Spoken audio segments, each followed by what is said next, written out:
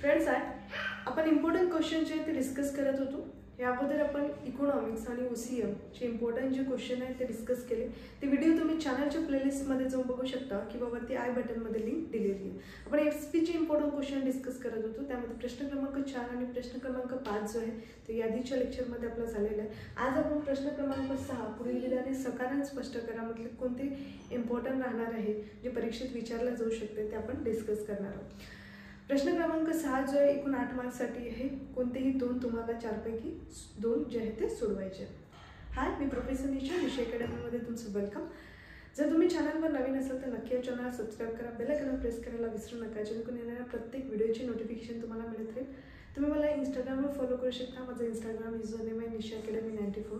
तुम्ही मला टेलिग्रामवर फॉलो करू शकता, लिंक डिस्क्रिप्शन बॉक्समध्ये दिलेली आहे, किंवा तुम्ही टेलिग्रामवर सर्च करू शकता निशा अकॅडमी।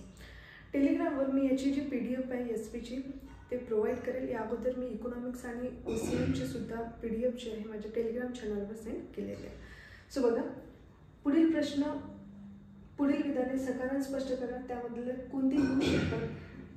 बघा, स्थिर भांडवल व्यवसायात जवळजवळ कायमस्वरूपी राहते, मे बी येऊ शकतो।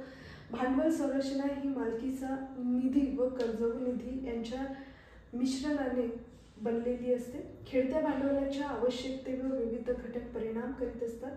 व्यावसायिक संस्थेकडे वित्तपुरवठा करणाऱ्या स्रोतांचे विविध पर्याय उपलब्ध असतात। त्यानंतर स्थिर भांडवलाच्या आवश्यकतेवर विविध घटक परिणाम करतात, याचं तुम्ही स्क्रीनशॉट पण घेऊ शकता। ओके, बंद पत्रधारक कंपनीचा धनको असतो, जे मी टिक केलेला आहे। मी आधी सांगितलं की 2021, 22, 23 मध्ये क्वेश्चन येऊन गेलेले आहे।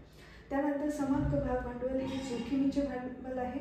त्यानंतर समहक्क भागधारक हे कंपनीचे खरे मालक व नियंत्रक असतात।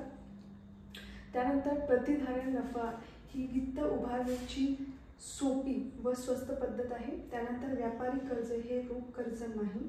संचालक मंडळ भागांच्या हस्तांतरणास नकार देऊ शकते। त्यानंतर कर्मचारी भाग विकल्प योजना ही कंपनीकडून कायम कर्मचारी, संचालक आणि अधिकाऱ्यांना दिली जाते किंवा लागू केली जाते। त्यानंतर कंपनी भाग प्रमाणपत्राची दुसरी किंवा नकल प्रत देऊ शकते। भाग जप्तीचा अधिकार संचालक मंडळाला असतो।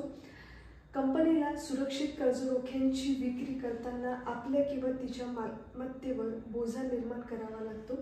त्यानंतर कंपनी फक्त विशिष्ट प्रकारची कर्जरोख्याची विक्री करू शकते।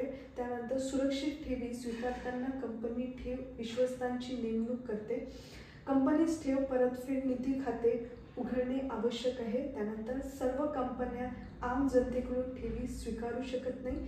डिपॉझिटरी ही सहज आणि जलद भाग हस्तांतरण करते। इलेक्ट्रॉनिक प्रतिभूती या भौतिक स्वरूपातील प्रतिभूतींपेक्षा अधिक सुरक्षित असतात। भागपेढी पद्धती ही बँकिंग पद्धती सारखीच आहे। त्यानंतर लाभांश कंपनीच्या नफ्यातून दिला जातो। समहक्क भागधारकास लाभांशामध्ये शेवटचे प्राधान्य मिळते। कंपनीस न दिलेला लाभांश वापरता येत नाही। अंतरिम लाभांश वाटपाकरिता सभासदांच्या मंजुरीची आवश्यकता नसते। व्याज देणे हे कंपनीचे उत्तरदायित्व किंवा कर्तव्य आहे। भांडवल बाजार व्यवसाय क्षेत्रासाठी उपयुक्त आहे। नाणे बाजारात विविध भागीदार समाविष्ट असतात। गुंतवणूकदार आणि कर्जदार यांच्यातील वित्तीय बाजारपेठ हा दुवा आहे। भारतीय प्रतिभूती विनिमय मंडळ, त्यालाच आपण सेबी म्हणतो, भारतातील प्रतिभूतींच्या व्यवहारांचे नियमन करते। त्यानंतर आपण प्रश्न क्रमांक 7 नेक्स्ट लेक्चरमध्ये बघणार आहोत। सो अशा पद्धतीने आपण प्रश्न क्रमांक 6 बघितला। नेक्स्ट लेक्चरमध्ये आपण प्रश्न क्रमांक 7 बघू। ओके, त्यानंतर 8, त्यानंतर आपण आपल्या रेग्युलर लेक्चर जे आहे ते कंटिन्यू करूया। सो जर व्हिडिओ आवडला असेल तर नक्की तुमच्या मित्रांना शेअर करायला विसरू नका, जेणेकरून त्यांना सुद्धा त्यांच्या अभ्यासात मदत मिळेल। परत भेटूया एका नवीन टॉपिकसोबत। तुम्हाला आनंदीने अभ्यास करत, दुसऱ्यांना मदत करत आणि बघत राहा Nisha academy. Thank you, thanks for watching.